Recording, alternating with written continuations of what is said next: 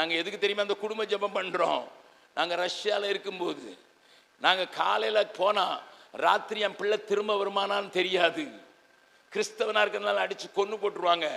என் மனைவி போனான்னா என்ன நடக்கும்னு தெரியாது. என் பிள்ளை போனான்னா என்ன நடக்கும்னு தெரியாது. எங்கள் அம்மா அப்பா எங்களுக்கு காட்டி கொடுத்தாங்க.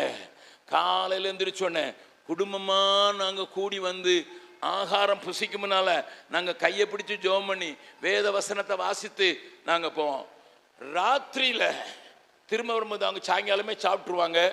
மறுபடியும் 7 மணிக்கு அவங்க எல்லா டேபிள் இருக்கும்போது யாரெல்லாம் முடியுமோ வந்து உலகத்தில் இருக்கிற தங்களுக்கு தெரிந்தவர்களுக்காக ஜெபிக்கிறாங்க. அவங்க வீடுகளெல்லாம் பார்த்தீங்கன்னா பயங்கரமாக இருக்கும். ஒரு காலத்தில் அடிமையாக அடிக்கப்படுகிறவர்களாக இருந்தாங்க.